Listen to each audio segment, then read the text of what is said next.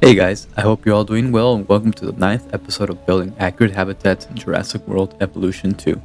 Here, we will focus on the Brachiosaurus, one of the most famous and recognizable dinosaurs, due to it being the largest known dinosaur for a generation of paleontological science. Today, even larger dinosaurs have been discovered, but Brachiosaurus is still famous as the original biggest ever. It is almost universally found in dinosaur books, toys, and even an asteroid in our solar system was given the name Brachiosaurus 994. In this video, we will learn some things about this armed lizard and then attempt to recreate its environment in an enclosure. So let's jump right in and start getting to know this long-necked dinosaur that has made various appearances in the franchise and is involved in what many would call one of the most iconic series in American cinema history. Richard Attenborough's delivery of the line, "Welcome to Jurassic Park," John Williams' phenomenal score, the cutting-edge CGI, and the direction by Steven Spielberg and the rest of his team made this scene such a magical and breathtaking timeless piece. For those who would like to skip ahead, I provided some timestamps for you to click. For everyone else, let's begin. Discovered by Elmer Riggs, Brachiosaurus was declared the largest known dinosaur at the time, but it lost that record to Sauroposeidon and the Titanosaurs of South America years later. Brachiosaurus comes from the genus of the family Brachiosauridae, which includes a handful of other similar sauropods. This dinosaur lived in the late Jurassic period 154 to 153 million years ago and measured 82 feet in length, was 23 feet high at the hips, it reached 51 feet high at the top of its head, and weighed in at a whopping 60 tons. That amount of tonnage is equivalent to 13 Hummer H2s combined. Its neck alone reached 30 feet long and was generally held mostly upright, though fossil remains indicate that a 45 or 60 degree angle would be more natural. Their neck ended in a proportionally small head, which has a shorter and wider snout than many other sauropods, and tall nasal chambers forming some kind of crest. The entire body of Brachiosaurus was designed with feeding in mind. Its neck extended from the trunk at a fairly high angle. This allowed it to browse on the highest trees, while other animals were unable to reach. It was estimated to have consumed around 400 pounds of foliage in a day, eating up to 130 pounds at a time. Paleontological estimates suggest eating 400 to 900 pounds of food in a day would not have been unreasonable for this dinosaur, and the copious amounts of dung it would have produced would have acted as a fertilizer for local plant life.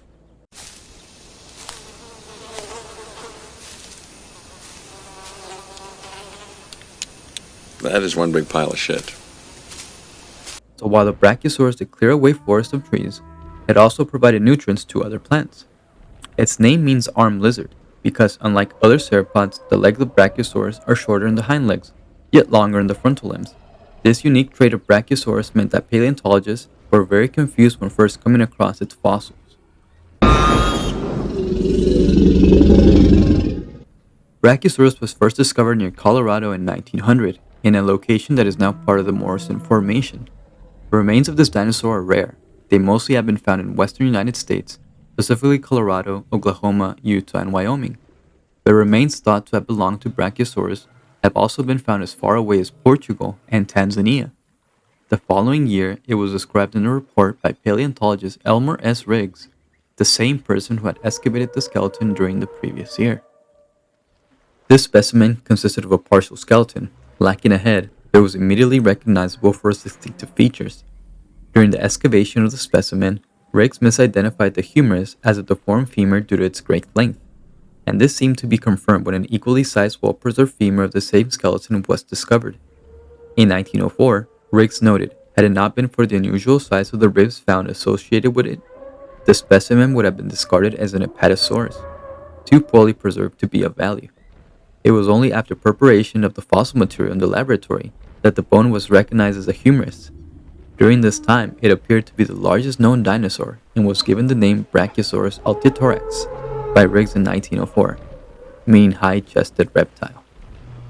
Other fossils were discovered in 1906 by mining engineer Bernard Bellum near the Tendaguru, a hill near Lindi in what is now Tanzania. These fossils were excavated between 1909 and 1912, with the species being named Brachiosaurus branchi in 1914 by Werner. The validity of this Tanzanian species of Brachiosaurus was brought into question many times throughout the years. This was mostly disregarded by many paleontologists until 2009, when paleontologist Michael P. Taylor published his findings on significant differences between Brachiosaurus altithorax and the fossils from Tanzania.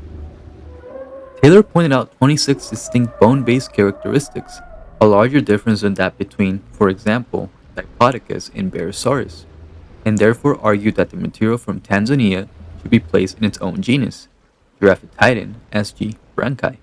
A big difference between the two genera is the overall body shape, with Brachiosaurus having a 25% longer dorsal vertebrae series and a 25% longer and taller tail.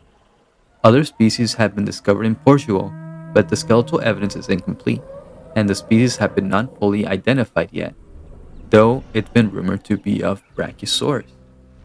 Like many theropods, the skull of Brachiosaurus was unknown until 1975, though it had actually been discovered earlier. The skull that was discovered by Othniel Charles Marsh in 1883 was used for his reconstruction of Apatosaurus. This error was not noticed until the research team, Jack McIntosh and David Merman in 1975, noticed some inconsistencies. It wasn't until a couple years later in 1998 that the skull was conclusively found to belong to Brachiosaurus. While its skull is comparatively tiny for its body, Brachiosaurus had the largest skull found out of all the theropods in the Morrison Formation. It measured about 27 inches long, 21 inches tall, and 14 inches wide, and had thick jawbones that housed spoon-shaped teeth, which were perfectly suited for stripping vegetation. It contained distinctive high-crested skull, similar to Camarasaurus, a theropod that it shared its environment with. Now that we have some knowledge on Brachiosaurus, let's talk about the environment which it lived in to give us a better idea what its enclosure would look like. With the removal of the Tanzanian species, Brachiosaurus is known only from the Morrison Formation of North America. This area consisted of a semi-arid environment with distinct wet and dry seasons, flat floodplains, and scattered forests of coniferous trees, ferns, ginkgos, and cycads. Because of its huge size, Brachiosaurus required room to roam as well as access to very large quantities of food. A 2008 study in the Proceeding of Royal Society B noted that adult Brachiosaurus likely had to spend most of their day eating up to 900 pounds of plant matter to sustain their enormous bodies. Being such a large animal that traveled in herds, these enormous theropods would create scrubland and prairie as they traveled through their environment, by knocking down trees and trampling smaller plants in the never-ending search for food. Nevertheless, lime finds a way, and the dino fertilizer dropped from these dinosaurs as they ate would allow for new flora to regrow. So let's go ahead and build our Brachiosaurus enclosure. I went ahead and started a new map just because the new updates came in, and without starting a new sandbox, you wouldn't be able to have them. And in this new map, as you can see, I'm going to have our Brachiosaurus enclosure be our centerpiece of this map. As you can see, I added some Parasaurolophus as the original Jurassic Park has it, but as you know, they have lived millions of years apart, so it's not really historically accurate, but we'll allow it, okay? First things first, let's build that lagoon. We're gonna lower the terrain just a bit, not too much. Just like that. It's a pretty good size for lagoon, maybe a little bit bigger like that. Ooh, a bit too low. But we'll smooth the terrain out. Might have to raise this again, yeah. Go ahead and put the water, see how it looks like. Okay, it looks pretty good. And lastly, let's go ahead and smooth out this terrain. Let's do that around the whole lagoon. So once we have that, let's go ahead and do a bit of grasslands, what we already have. I guess for grasslands, we can go ahead and put some this fibrous ground cover. But as you remember, the original Jurassic Park, it was really, really grassy, so I guess there's no real need for this. We'll add just a bit, just to make sure that it looks really, really nice. But we also know that there was also, some forest throughout this paddock. So let's go ahead and build some coniferous trees, which most likely would be these guys. Some calamites or Temskia. These are mostly camp during the Cretaceous period. So yeah, I think what we're gonna do is start off with this one, which is our big forest one. Let's build forest right here, kind of like that there. Another one here. Again, it's all up to you. And another one right here. Not too much. Sandbox options, you can go ahead and mess with your compatibility uh, settings. So you don't have to put too much foliage and then just completely lose your dinosaurs. Then let's go ahead and build some ferns. So for ferns, let's go ahead and use where are they? Well, we can use a Temskia or we can use the calamites. Let's go ahead and use the calamite. So a little bit of calamites, not too much. Here and there, you know. And after this, let's go ahead and add some ginkgos. And this is going to be pretty much our main diet of our dinosaurs. And oh, let's add them over here. I almost forgot about this part. And more over here. Let's blend these guys in together. And lastly, we're going to get in some cycads. These are my favorite ones. I don't know why, but it just looks so nice. It reminds me a lot about, you know, just, I don't know. I think Jurassic habitat and I think of this. I think of these types of plants. So let's go a bit all around the lagoon, not too much. The entire lagoon didn't just have that. So let's do that. Couple here and there. And let's actually, what is this? Oh, grassland shrubs. Let's actually use this one a bit. Ooh, I like it. Gives it a nice bushy feel. Look at that. I like it. Okay. Let's replace it with the other one. And lastly, let's just go ahead and add our... oh, not here. Let's go ahead and do this. This guy, our ranger post. In the middle. But let's go ahead and put it right about here. Looks like we're going to need another one. Let's put another one here. And then we'll have our rangers come in and take care of our dinosaurs. But the only other thing that we're missing here are our rocks. So let's go ahead and do some. You can use taiga, you can use temperate, you can use tropical. I like the tropical one. Let's use tropical. Kind of gives it a nice contrast to the green. The gray as well, but I think the brown does it a bit better. Kind of stands out a bit more. So, you know, it's your habitat after all. But let's just go ahead and throw in some rocks here and there. Just make it look natural. Randomly put them around so it doesn't look like it's really artificial. And I think we're good. Oh, lastly, one of the tips we got from Reddit, and one that I've started to use a lot, is to build sort of areas where these dinosaurs would most frequently wander about. You know, they would kick up dirt, they would knock down trees, so just sort of have some sort of these dirt treks of like their most commonly walked paths. Gives it a nice, more natural look to this. So let's go ahead and do this. Although this is dirt, you can see that the Brachiosaurus walked through here and they knocked everything down, and you know, just Brachiosaurus things, just giant dinosaur things. So yeah, just go ahead and do that throughout your park. Not too much, but yeah, just make it seem like these giant dinosaurs just walked in and started knocking everything down. So after that, not too much, you know, but yeah, just make it seem like all these trees were knocked down. No more trees. Brachiosaurus came through. And I think we're good, lads. Just not too much, but just enough so it looks like, yeah, it looks like they came through here. What do you guys think? I think it came out pretty good. It's a good representation also of the Morrison formation. But I was trying to do also a nice little homage to the original Jurassic Park paddock. So I think it came out pretty good. More bushy than the original, but I think the Brachiosaurs are really enjoying it. I think they're already starting to eat. They're pretty hungry. But yeah, this is it. I'll have the park more updated as time goes on. As you can see here, I started doing a little bit more, but everything is still in the works. So Comment below, let me know what you would change, if you like it, what don't you like, any tips that I forgot, some other things that you would have done better. But I think it's a pretty nice enclosure for Brachiosaurus. I really think they're enjoying it.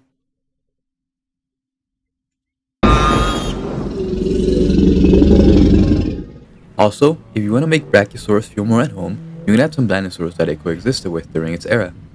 You might have to play around with your sandbox options to help with the dinosaur compatibility though. Dinosaurs from the locality include the notorious Allosaurs, and smaller, less prevalent theropods such as the Ceratosaurus and Tarbosaurus. By the time it reached adult size though, Brachiosaurus had no natural predators. They were only at risk of predation when young or when really sick or injured. Brachiosaurus also lived with a variety of other sauropods, such as the Apatosaurus, Camarasaurus, Diplodocus, which can be found in Jurassic World Evolution 2. But the sauropods that it lived with that don't appear in Jurassic World Evolution 2 include the Barosaurus, Aplocanthosaurus, and Supersaurus. Other herbivores that it shared its environment with include the Dryosaurs and Stegosaurus, which are found in Jurassic World Evolution 2. But again, the herbivores that it lived with that don't appear in Jurassic World Evolution 2 include the plant-eating Camptosaurus and Nanosaurus, which are very similarly shaped to the Dryosaurus. So one thing that can be done to differentiate them is to separate them by a color scheme, which is something that I've incorporated as well. The Morrison Formation also had the ankylosaurid Gargolosaurus, which can be substituted with Nodosaurs, as they share a similar size and both don't possess a tail club, which is a quality of Nodosaurids. Nevertheless, when we are introduced to Brachiosaurus in Jurassic Park, we can see that InGen had them living with herds of Parasaurolophus, something not quite historically accurate as they lived millions of years apart, but they get a pass for such a brilliant and majestic visual.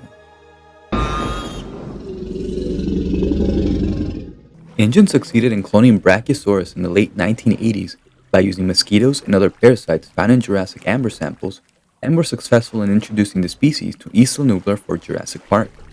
The Brachiosaurus paddock was where Isla Nublar's Brachiosaurus herd was kept, and it comprises some forests, large expanse of grasslands, and a large lagoon. As mentioned earlier, this paddock was shared with a herd of Parasaurolophus, and was the location where John Hammond introduced the audience and the inspection team to the Brachiosaurus in one of the most famous scenes in cinema history. While watching it all at the first ever dinosaur, Doctors Alan Grant and Ellie Sattler confirmed various paleontological theories about Brachiosaurus, such as their size, them being warm-blooded creatures that exhibit herding behavior and don't live in swamps. Brachiosaurus is seen again for the last time in the film after Dr. Grant, Tim, and Lex take shelter in a tall tree after escaping the Tyrannosaurus paddock. Dr. Grant attempts to imitate their calls to some success. The next morning, a sick Brachiosaurus wakes up the group as it tries to eat some nearby leaves. Brachiosaurus would not make another appearance until Jurassic Park 3. We first see a herd of these dinosaurs during the flyover over Isla Sorna by Dr. Grant and the rest of the passengers, and is seen again by Dr. Grant and the rest of the team at a much closer angle during the riverbank scene. Brachiosaurus would make another appearance in Jurassic World Fallen Kingdom, and is seen during a news broadcast, and again walking down the ruins of Mainstream in front of Owen, Claire, and the rest of the team, in a sort of homage to the original Brachiosaurus scene. When Mount Sibo erupts, the Brachiosaurus were among the dinosaurs stampeding from the eruption, facing many casualties, most notably, as the boat Arcadia leaves Nublar to its fate, a Brachiosaurus, the same one seen by Grant and Sattler 25 years ago, is seen walking down the east dock, crying out and standing on its hind legs as it is slowly engulfed by the toxic smoke and debris from the erupting volcano, letting out its final cries. In the animated Netflix series Camp Cretaceous, the Brachiosaurs are shown often and appear throughout the series in an array of scenarios. There's an episode that focuses solely on returning a young Brachiosaurus to its family. Some scenes involving this dinosaur include a stampeding scene in which the main characters find themselves caught up in. Nevertheless, the majority of the times it is featured on Camp Cretaceous, it is shown as a gentle giant that exemplifies the beauty of nature. Since its introduction, this magical and wondrous dinosaur has shown audiences the beauty and power of nature in one of the most iconic scenes in cinema history. There is no doubt that the Brachiosaurus is a beautiful but deadly addition to your Jurassic Park. Thank you all for watching. I hope that you enjoyed this video. Don't forget to like and subscribe for more. See you in the next one. You did it. You crazy son of a bitch, you did it. Just tear up the rule book on it. Cold-bloodedness, it doesn't apply. They're totally wrong. This is a warm-blooded creature. This thing doesn't live in a swamp. This thing's got, what, a 25, 27-foot neck? Brachiosaurus 30.